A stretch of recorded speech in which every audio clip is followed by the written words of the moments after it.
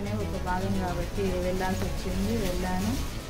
కానీ నా కోసం గుర్తుండి సార్ వాళ్ళు ఈ ఫంక్షన్ చేసినందుకు, తర్వాత గ్రామ పెద్దలు, పిల్లల తల్లిదండ్రులు వచ్చి ఈ కార్యక్రమాన్ని విజయవంతం చేసినందుకు నేను ప్రత్యేక ధన్యవాదాలు చెప్తాను.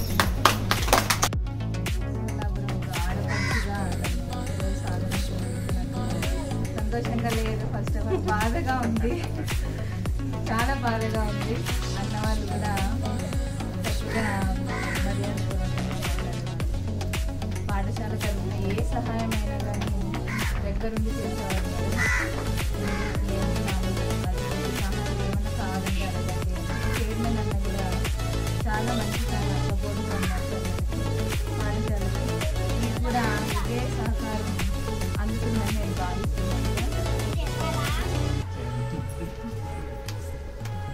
మొన్న సార్ వాళ్ళు నిర్వహించిన ప్రోగ్రామ్ నేను చూసినాను, పేరెంట్స్ కౌన్సిలింగ్ చాలా బాగా సక్సెస్ చేశారు. పేరెంట్స్ కూడా బాగా ముందుకు పేరెంట్స్ కూడా తల్లిదండ్రులు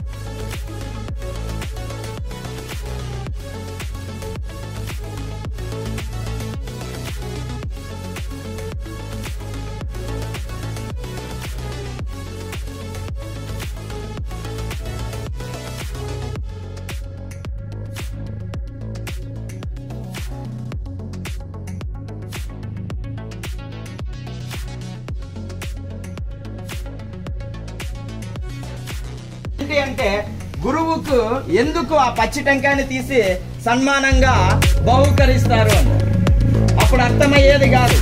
కానీ ఇప్పుడు నాకు అర్థమైనటువంటి విషయం ఏంటంటే, నాకు అర్థమైన విషయం మీతో పంచుకోవాలని ఆశపడుతున్నాను.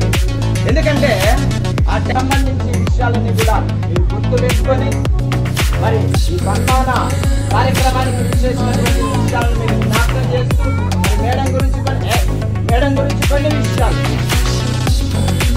అదే విధంగా ఇలాగా రెండో విషయం ఏంటంటే, ఈ బడిలో కూడా ఒక దేవత ఉంది. వాళ్ళు ఎవరు అంటే ఉపాధ్యాయుల రూపంలో ఉన్నారు. గుడిలో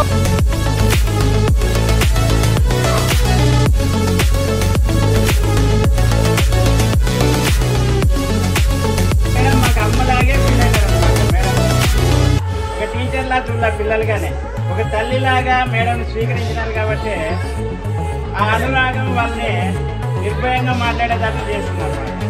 టీచర్ కాల సార్ కాల అంటే టీచరే కాల మాకని నిర్భయంగా చెప్పేవాళ్ళు. అంటే చదవడానికి నేర్పించడానికి, కరోనా టైంలో చదవడానికి నేర్పించడానికి